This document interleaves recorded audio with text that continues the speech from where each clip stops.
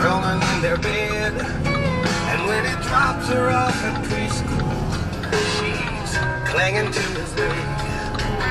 The teacher peels her off of him. He says, what can I do? She says, now don't you worry, this'll only last a week or two. It won't be like this for long. One day soon you'll drop her off and she won't even know you're gone. This phase is gonna fly by if you can just hold on. Hey everybody, welcome back. Pro Carry Trucker. I'm gonna knock out another video here. At least I hope I'm going to knock out another video. I'll see how it turns out when I edit it. May not do a whole lot of editing, but at least I'm going to preview it, make sure it turns out like I like. I don't know if it's going to show or not, but down here on my dash, I've got my speed, I got the pressure on my drives. I can kind of give an idea on the weight on my drives. Setting at 24 now. When it's setting about 63, I'm at about 34,000.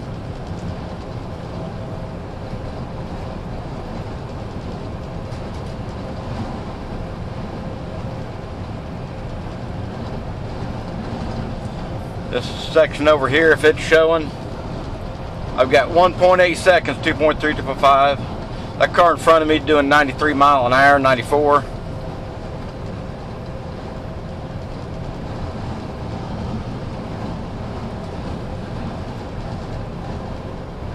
That truck's doing 73, 1.1 seconds following distance. He's going back to left lane.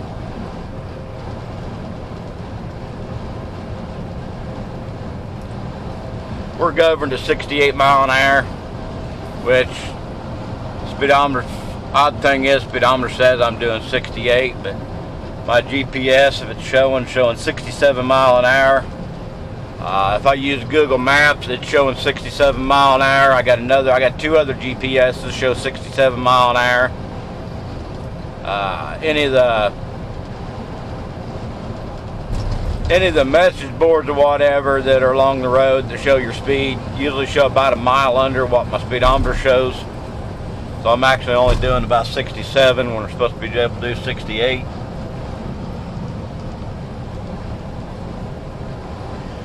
Figure if I can get it, I'll try to show my distance alert. What happens, the dotted line in the middle, we'll call it the zipper line.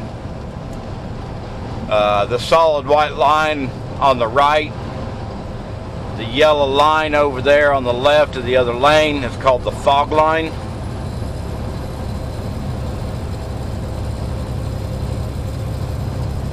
.8 seconds, the truck in front of me, he's running 65.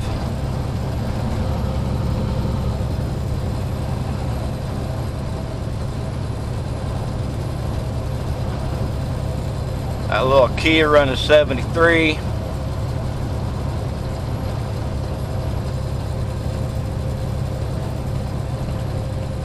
Been spitting snow a little bit, wind died down. I got up here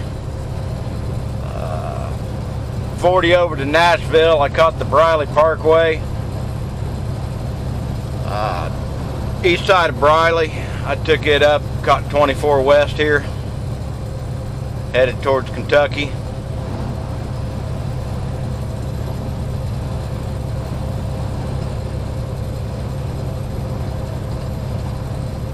I'm about a half an hour from the Kentucky state line, so not too far from Clarksville, Tennessee, Hopkinsville, Kentucky.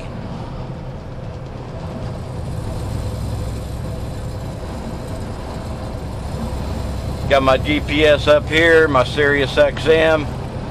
This is my logging device. Company logging device messaging is on here. Currently setting at 5 hours and 48 minutes till I got to take a 30-minute break. But I'm less than 5 hours away from the terminal, 4.5.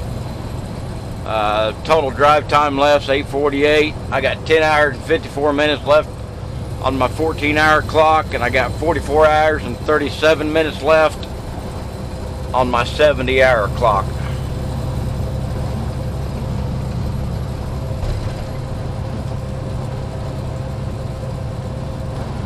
.6-second falling distance.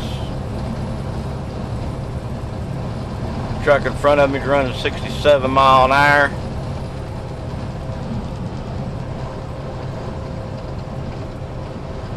Generally I can get up on somebody and get that to go off, but here's what happens. You'll see here on my dash, if I get a show, this side over here will flash yellow, and you'll hear a warning saying that I'm departing my lane. If I cross that line, either one of these, the fog line or the zipper line, if I cross it without my turn signal on, there's my distance alert. Back off of him. Here I got traffic coming. I'll cross the fog line here.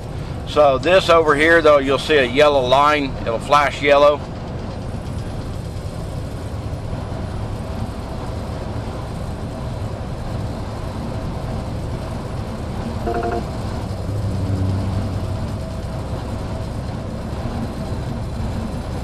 And that is a lane departure warning.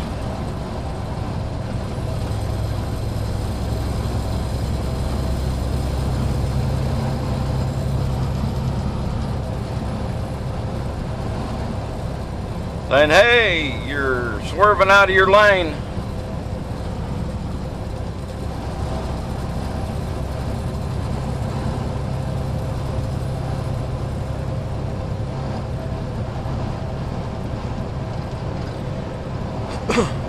Currently in a Mack Anthem. Got this 12-speed automatic. Now I can swap that into manual. I can go through my gears manually. With 12th is about like an overdrive. I can run top speed in 11th, gives me a little more torque. I do that in the mountains. Put her back in automatic. Cruise control. Turn my cruise on and off.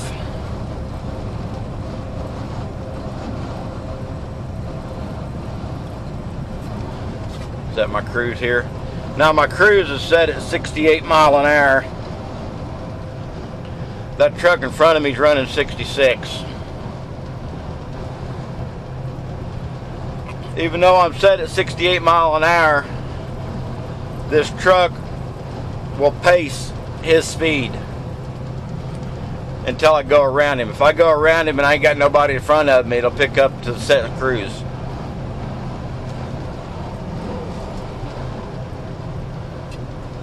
Right now I'm just going to hang out, got a little bit of traffic. Looks like coming up on a wide load in front of the truck in front of me. Looks like maybe a wide load in front of him.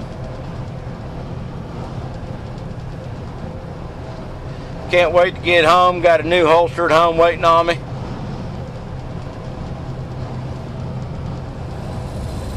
See, I'm down to 65. Let this little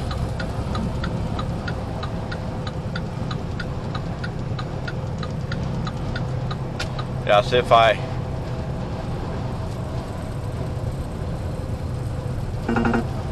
cross that zipper line without a signal on, lane departure warning.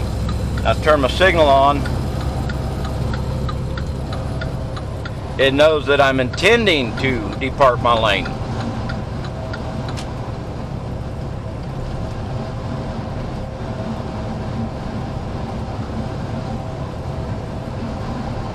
One thing I hate about these, usually we can get a little bit closer to the truck in front of us that's going slower.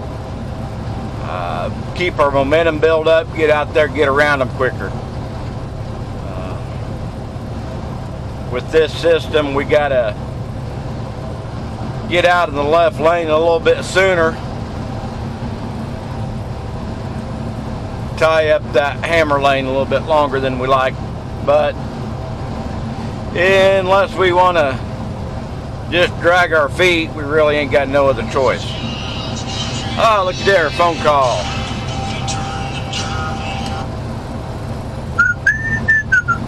Make it into Teotopolis. No, Golconda. What's that? Golconda. Where's that at? That sounds familiar. Yeah, Southern Illinois, basically. Okay. Yeah. I'm getting ready to cross into Kentucky. You know, Kentucky. Bluegrass. And then that's where you got out of bed. No, I was out of bed as you was crossing into Kentucky. I was down in the lobby drinking coffee. I know, I was skipping shit. I figured you'd get up and leave early this morning. I was planning on not, and I'm fucking eyes popped open at 6:30 and the late there till 7:30. Couldn't get back to sleep. I said, fuck it, I'm going. I knew they didn't have, they didn't serve breakfast, and I'm like, fuck, I'm gonna go to Waffle House there in Oak Grove and get some fucking breakfast. Yeah. Those ladies in there, they're so fucking nice. Most of Waffle Houses are. Yeah, that's my favorite place, really. I like Waffle House. I like stopping at the one there in Jeffersonville, Ohio. Yeah, I'm gonna have to try that one out next time. They say they got like a little lot behind their Waffle House. You can park your truck back there, but when I pull into that speedway to get fuel, I look over there at it. Yeah. And it is big enough to get in there and get turned around, but it looks like it's mainly mud. Yeah, you can probably walk there from the speedway, can you? Yeah, there's really no parking in the speedway, but they get that great big humongous lot right across the street. Oh, okay. Yeah. Hopefully we'll be running together next week again. Yeah. Well, guarantee if there's another weather system moving in that nobody wants to run, we're the one who'll get it. Oh, yeah.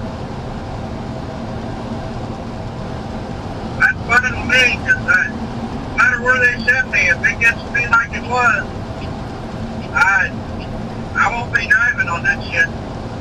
We need another run down to Mount Pleasant. Well, they just had a bunch of them. They what? I guess they had a bunch of them while we were out there in Virginia. Oh, wow. Yeah, Corey went down there. That's a good run. Freaking leave early enough, get down there, take your break. Well, go down there, drop your trailer at Newlyweds. Yeah. Go to the motel, take your break, off-duty drive back to Newlyweds after your break, unload, go on duty, and make it back the next day. Yep. Yeah, Corey's doing that one. Of course. Oh yeah, of course. I got it figured out. He wasn't lying to me when he said Corey was his fucking favorite. I guarantee. Yeah. I was wondering why Brian keeps going through knee pads so much. I think Corey's using them up. Yeah. Well, between Corey and Cleo, they can't keep knee pads in there.